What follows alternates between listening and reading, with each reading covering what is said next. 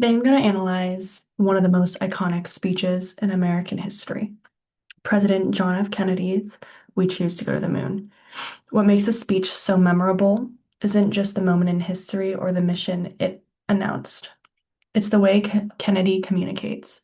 He takes an idea that is risky, expensive, and incredibly difficult and turns it into something inspiring, something people want to be part of. To understand why this speech is so effective, I'm going to break it down using three classic rhetorical strategies: ethos, pathos, and logos. And then I'll show how Kennedy taps into a deeper human need that makes his message resonate even today. With that framework in mind, let's look at slide 1, where I start by explaining how JFK uses these rhetorical techniques to build one of the most persuasive messages of his presidency. On this slide, I'm breaking down why President John F. Kennedy's speech, "We Go to the Moon," is considered one of the most persuasive speeches in American history. To explain it, I'm using the three classic rhetorical techniques: ethos, pathos, and logos. And then I'll tie it together with the core human need that Kennedy taps into. First, let's look at ethos, which is the appeal to character and credibility. Kennedy immediately establishes himself as a leader who is honest, steady, and unafraid of the truth. He doesn't pretend the moon mission will be easy. In fact, he highlights how difficult it will be. And that is actually what makes his credibility so strong. Most politicians try to make challenges seem simple. Kennedy does the opposite. He embraces the difficulty by acknowledging the risks and uncertainty. He positions himself as someone trustworthy, someone who respects the intelligence of his audience.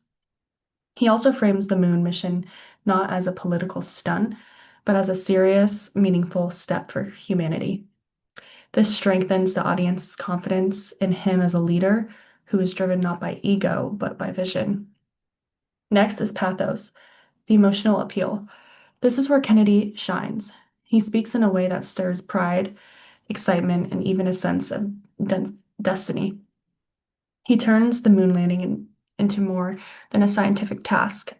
He turns it into a story, a challenge that the American people can face together.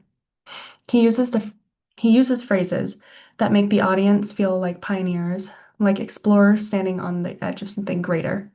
He taps into a national pride by reminding Americans of their legacy of innovation and courage. He also creates a sense of unity. The moon mission isn't something NASA is doing alone. It's a mission that every American shares a piece of. This emotional appeal motivates people. It makes them feel like they're part of one of the greatest adventures in human history. Then we have logos, that appeal to logic and reason. Kennedy supports his vision with clear and rational arguments. He explains that progress in science, technology, and global competition naturally leads to the challenge of space. In other words, going to the moon isn't random. It's the next logical step for a nation at the forefront of innovation. He argues that difficult goals are the ones that move society forward. Easy goals don't create breakthroughs, hard goals do. And if the United States wants to lead the future, it must choose challenges that push the boundaries of what's possible. By laying out this reasoning, Kennedy helps the audience understand that the moon mission isn't reckless. It's a strategic, forward-thinking, and necessary. Finally, JFK taps into a universal human need, the need to achieve. Every person, no matter who they are, wants to feel capable. We want to know that we can set a goal, work toward it and succeed. Kennedy turns the moon mission into a test of identity, not just for the country, but for each individual listening.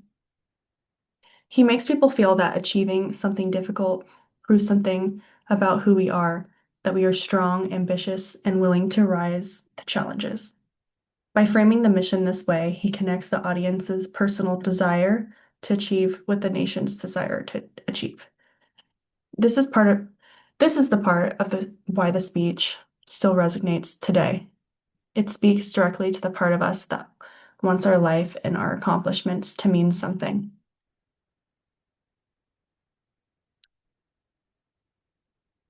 This quote from President Kennedy captures the essence of human desire to achieve. When he says, we choose to go to the moon because it is hard, he isn't just talking about space exploration. He's talking about the mindset behind every meaningful accomplishment in life.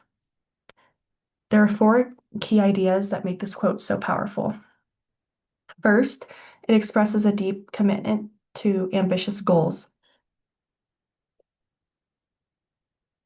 Kennedy reminds us that the most valuable achievements, the ones we remember, the ones that define us, are rarely easy. They require sacrifice, discipline, and effort. By openly choosing the harder path, he signals the greatness is something we pursue intentionally. Second, this quote celebrates courage. Choosing something difficult requires bravery. It means stepping into the unknown with the awareness that failure is possible. Kennedy respects that courage, and in doing so, he inspires it. He encourages people to see difficulty not as a threat, but as an opportunity to show who we are. Third, the quote challenges us to step outside of comfort. Progress never comes from doing what is familiar or safe. Kennedy's message is that the true achievement happens only when we're willing to stretch ourselves, to expand what we believe is possible. That idea applies not just to nations, but to individuals. And finally, Kennedy's expresses confidence in our ability to succeed.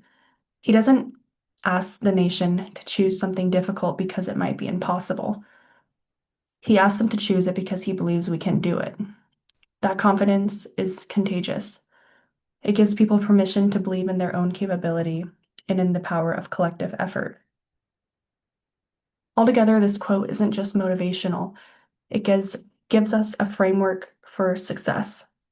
It reminds us that we grow through difficulty, that ambition requires courage, and that the pursuit itself transforms us. We achieve not only for the reward at the end, but because the challenge brings out the strongest, most capable version of ourselves.